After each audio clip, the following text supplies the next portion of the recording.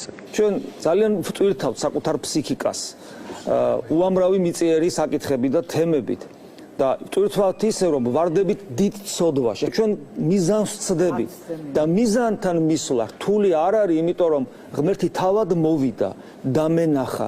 თან ჩემ გულთან როგორ დგას, იცი ეს წმინდა წერილში არის ეს საოცარი სიტყვები, რომ ყოველი ადამიანის გულთან ვდგავარ და ვრეკ ეგების ვიღაცა მისმინოს. თითოეული ჩვენთაგან ეს გულთან მაცხოვარია. ჩვენსა და ღმერთს შორის არანაირი ბუფერული ზონა არ არის გარდა ერთისა. ჩემი ან უკეთური, ან შემცდარი ნებისა. აქაც როგორ იგრძნობოდა, ხო? ყველას თავის სიმართლე აქვს. შეიძლება ვიღაცამ თქვას, რომ ამაო, ხა შენი სიმართლე გაქვს.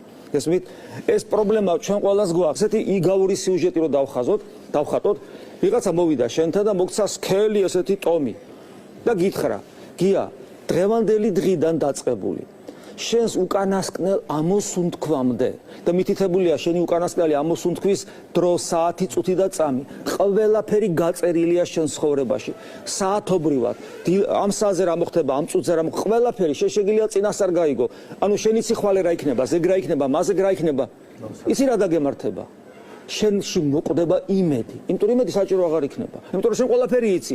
როგორც კი მოკვდება შენში იმედი, შენ დაკარგავ ესე იგი სურვილს და საჭიროებას ღმერთთან ურთიერთობისა. გესმის? აი ეს არის. ამიტომ ის რაც ქრისტეს მაკარგვინებს, მე ის არ მინდა.